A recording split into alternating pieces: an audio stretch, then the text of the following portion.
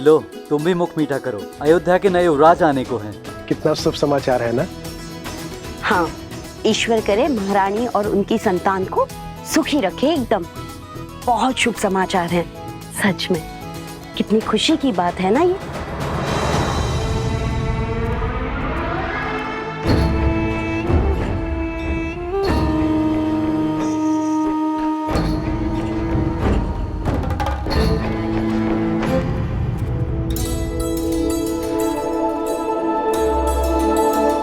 लीजिए भैया, आप भी लड्डू खाइए। हमारे राजमहल में लल्ला आने वाले हैं, प्रभु श्री राम के उत्तराधिकारी आने वाले हैं। खाओ खाओ।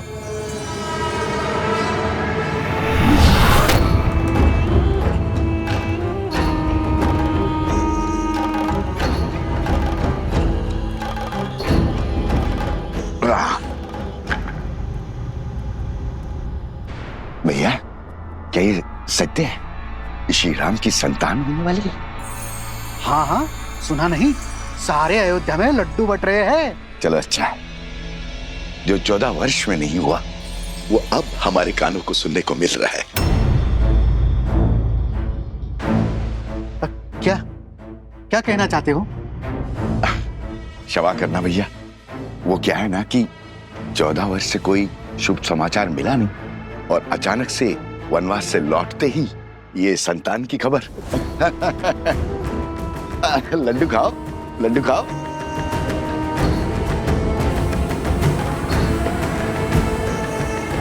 किसने अयोध्या की गरिमा पर इतना बड़ा घोर लांछन लगाया है?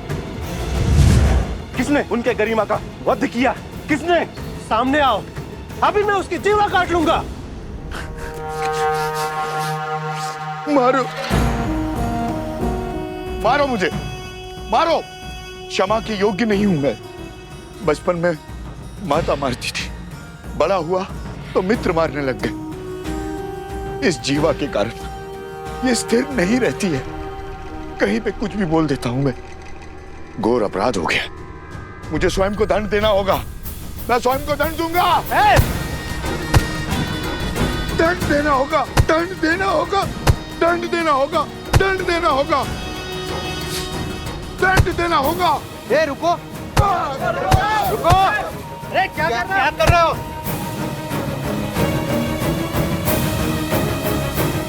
श्री राम और अयोध्या से प्रेम ही इतना है, सुख के समय पे भी तर्क खोजने लग गया, जो बात मेरे दिल को कचोटती है। क्या वो आप सबको व्याकुल नहीं करती? हमने श्री राम की तरह वनवास के दुख नहीं भोगे। हमने तो महारानी सीता की तरह 6 महीने उस दुष्ट रावण की लंका में रहने का दंश नहीं भोगा। सोचिए, विचार कीजिए, क्या क्या हुआ होगा उस 6 मास में। क्या क्या बीती होगी महारानी सीता पर। क्या ये विचार आपको व्याकुल नहीं करता? अपनी व्याकुलता हमें नहीं, श्री राम को बताना, वही निर्णय लेंगे। चलो मित्रों। अरे रुको, रुको, कहां जा रहे हो? मैं स्वयं लज्जित हूं। अब तुम जाकर ये प्रश्न श्री राम से पूछकर उन्हें लज्जित करोगे? वो श्री राम जिन्होंने अयोध्या को मान दिया, सम्मान दिया, उन्हें लज्जित करोगे? क्या उत्तर देंगे? उनका तो स्वयं संबंध है इस घटना से। देवी सीता के लिए रावण का वध किया है श्री राम ने।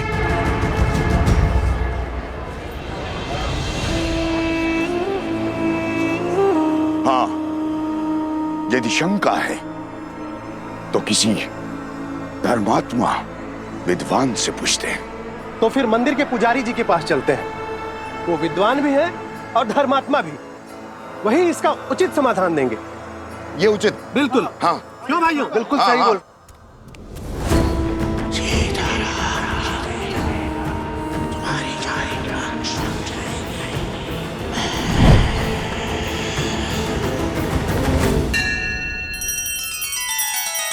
श्री रामचंद्र कृपालु भजु मन हरण भव भय दारुणम्। नव कंज लोचन कंज मुख कर कंज पद कंजारुण।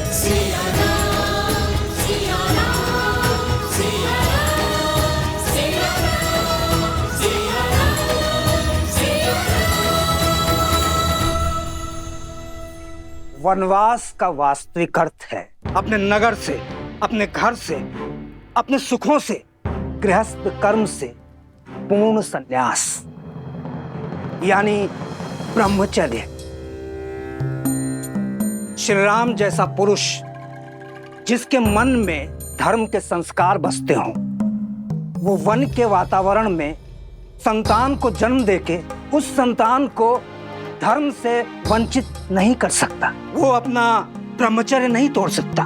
इसीलिए 14 वर्षों में कोई संतान नहीं हुई। उचित कहा पुजारी जी। हमारा संदेह मिटाने के लिए धन्यवाद पुजारी जी।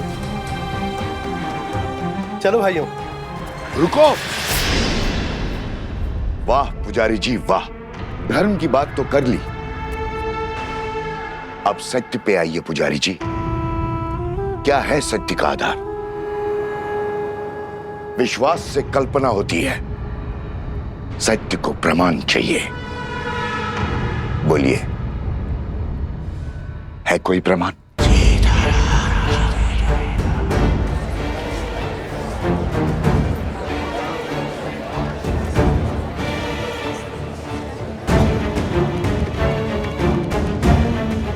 क्या हुआ पुजारी जी? सत्य की आंधी ने विश्वास का आवरण उड़ा दिया। अरे अभी समय ही कितना हुआ है वनवास से वापस लौटे हुए। एक ने कही, दूजे ने मानी, बस वही दो ज्ञानी।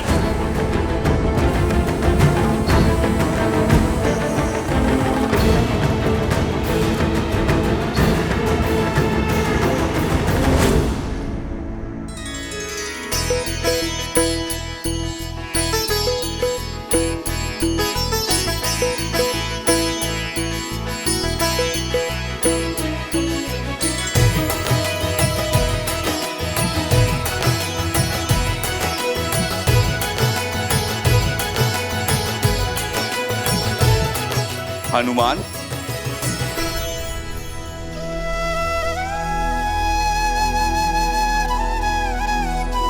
वाह हनुमान, तुमने स्वयं के साथ साथ बाकी सबको भी व्यस्त करके रखा हुआ। प्रभु श्री राम युद्ध के लिए प्रस्थान करेंगे अब। अच्छा है महाराज, मेरा तो बैठे बैठे ये शरीर ही अकड़ गया था। परंतु हनुमान, इस युद्ध में वानर सेना भाग नहीं ले सकती, ये स्वयं श्री राम ने कहा है।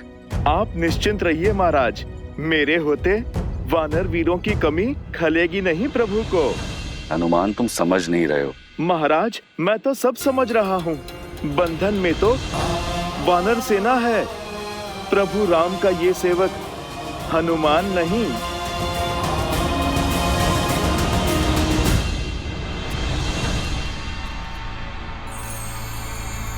सुना है श्री राम अपनी सेना लेकर पश्चिम की ओर जा रहे हैं, उस दुष्ट भास्करन और उसके बेटे से लड़ने। हाँ, आक्रमण तो हुआ है, कदाचित शत्रु बड़ा बली है। अच्छा, राम भास्करन से युद्ध करने जा रहा है। भास्करन से युद्ध तो भरत और लक्ष्मण भी कर सकते हैं, फिर राम स्वयं क्यों जा रहा है? वो भी ऐसे समय में जब सीता गर्भवती है। राम ऐसी मूर्खता क्यों कर रहा है?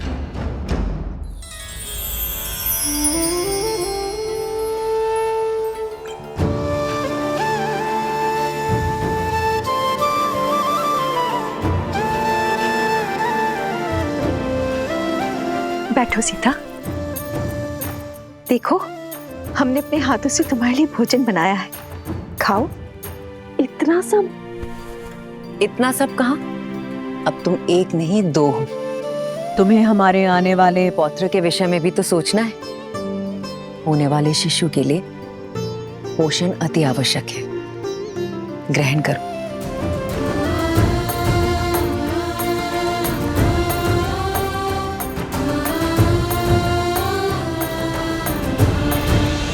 मुझे तुम्हें छोड़कर जाना होगा। रावण के मामा भास्करण ने अयोध्या पर आक्रमण कर दिया है।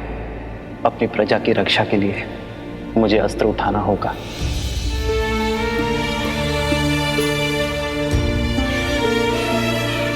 देखने भर से पेट नहीं भरेगा पुत्री। माता, मेरा कुछ खाने का मन नहीं।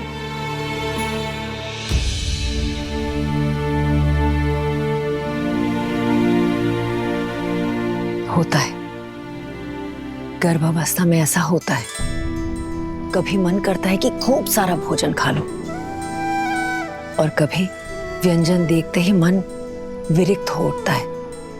किंतु पुत्री, भोजन तो खाना ही पड़ेगा। गर्भावस्था में माता को अधिक ऊर्जा की आवश्यकता होती है। खा ले पुत्री। जितना मन भाए उतना खाओ। ये लो। नहीं माँ, मन नहीं है। दीदी, होने वाली संतान तो अभी से राम के गुण दिखा रही है।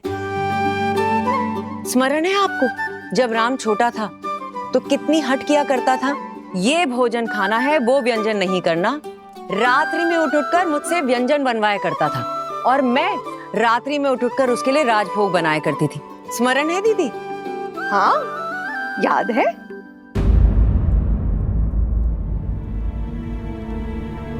क्या हुआ सीता? मुस्कान होठों पर आई और गालों तक नहीं पहुंची। क्या हुआ है पुत्री? महारानी की जय हो। महाराज युद्ध के लिए प्रस्थान करने के लिए सच है।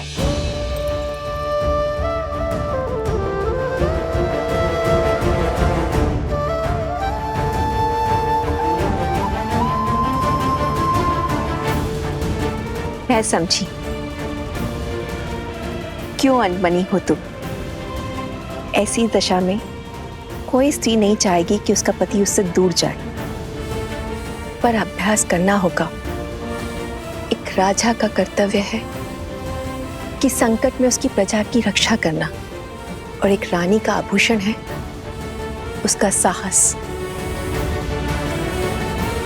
अब जाओ, राम को रघुकुल रानी की भांति विदा करो। जाओ।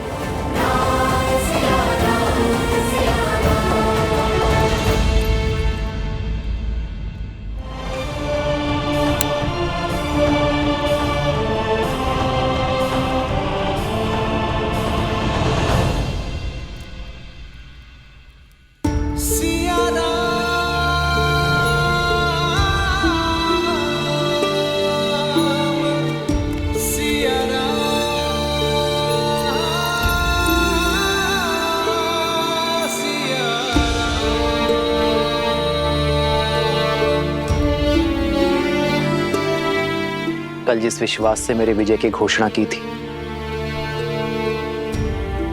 आज उस मुख पर इतनी चिंता क्यों सीते?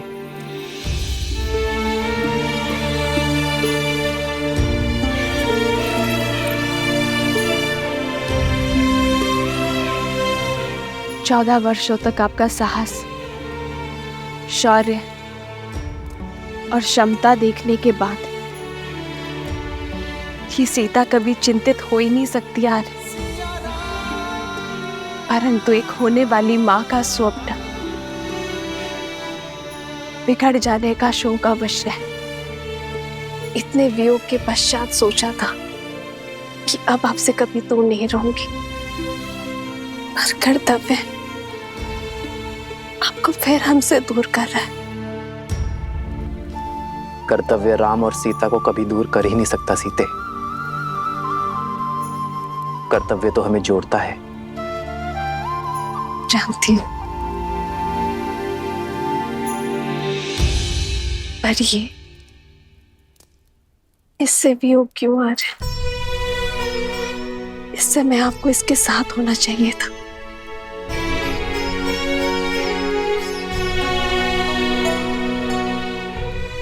सत्य कहते हैं सब। माता बड़ी स्वार्थी होती है। युद्ध पर मैं जा रहा हूं, और चिंता तुम्हें अपनी संतान की है।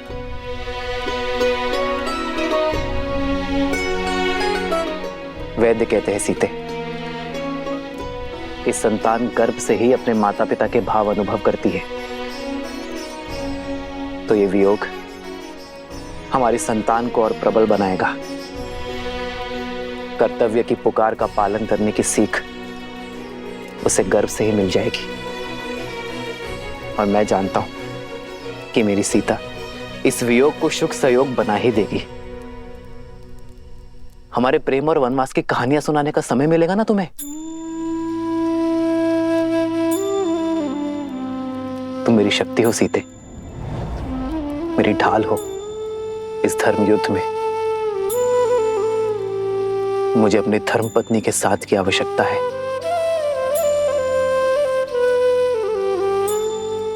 तो ये पल सदा आपके साथ रहेगा आर्य।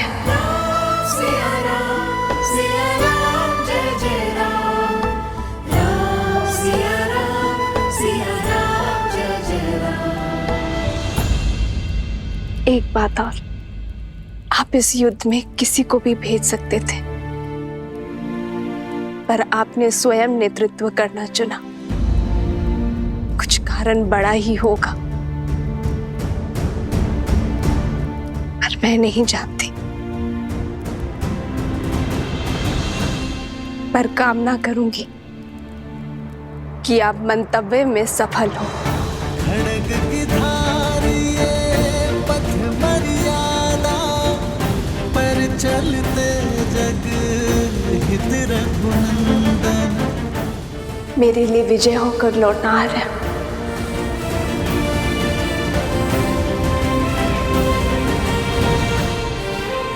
और इसके लिए शीघ्र आइएगा।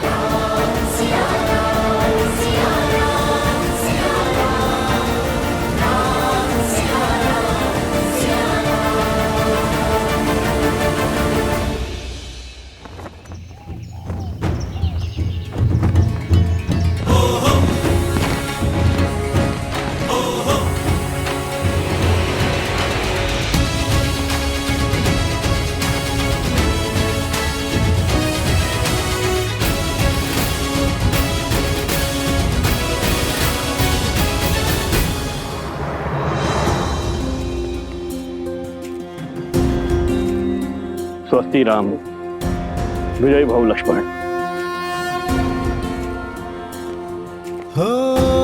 होई सोई जो राम रचि राखा,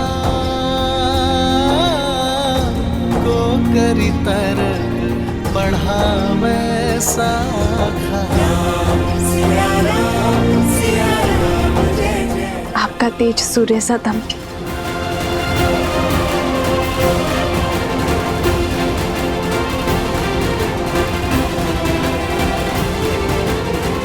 विजयी भव। विजयी भव। राम, तुम्हें शीघ्र ही राजमहल लौटना होगा। सीता के पुनः सावन संस्कार के लिए तुम्हें यहाँ होना अनिवार्य है। अवश्य मां।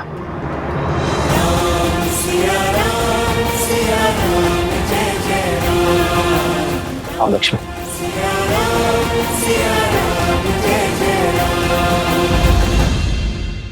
सियावर रामचंद्र की, सियावर रामचंद्र की, सियावर रामचंद्र की, सियावर रामचंद्र की, सियावर रामचंद्र की, सियावर रामचंद्र की, सियावर रामचंद्र की, सियावर रामचंद्र की, सियावर रामचंद्र की, सियावर रामचंद्र की। मेरे अयोध्या के वीरों, कर्तव्य ने पुकारा है। जब पड़ोस में अग्नि लगे तो व्यक्ति यह सोचकर नहीं बैठता कि उसका घर सुरक्षित है। वो अग्नि को बुझाता है, क्योंकि वो जानता है कि अग्नि का स्वभाव है फैलना। मुझे मेरे वीरों पर पूरा विश्वास है। भय के लिए भयंकर है, हम सब आपके रुद्र हैं।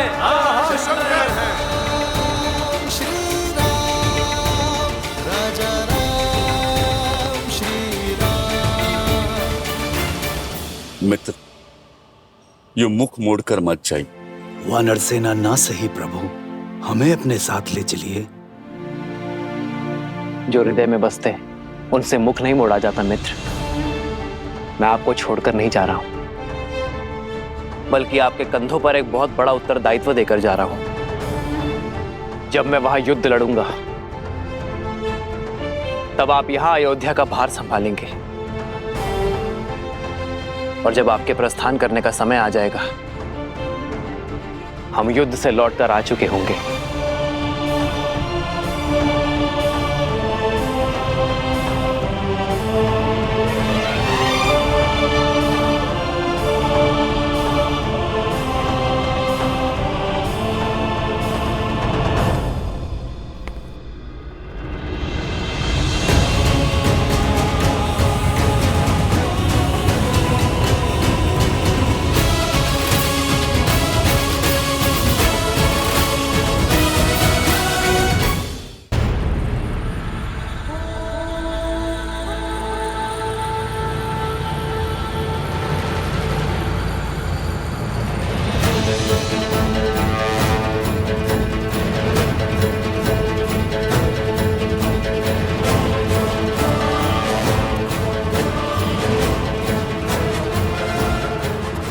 क्या हुआ भैया? सैनिकों के चुनाव में मुझसे कोई भूल हुई? जिस समाज में बालक के हाथ में शास्त्र के बदले शस्त्र हो, वहां असुरों का वास होता है शत्रुघ्न। जीवन भर राष्ट्र सेवा का भार उठाने वाले वृद्ध समाज सेवा पाने के अधिकारी हैं, और जो युवा अभी अभी विवाह के बंधन में बंधे हैं, वो भी युद्ध में जाने के योग्य नहीं है। प्रभु, ना मैं बालक हूं, ना मैं वृद्ध हूं, और ना विवाहित। फिर मुझसे राष्ट्र सेवा का सुख क्यों छीन रहे हैं आप? क्योंकि तुम अयोध्या के सैनिक नहीं हो।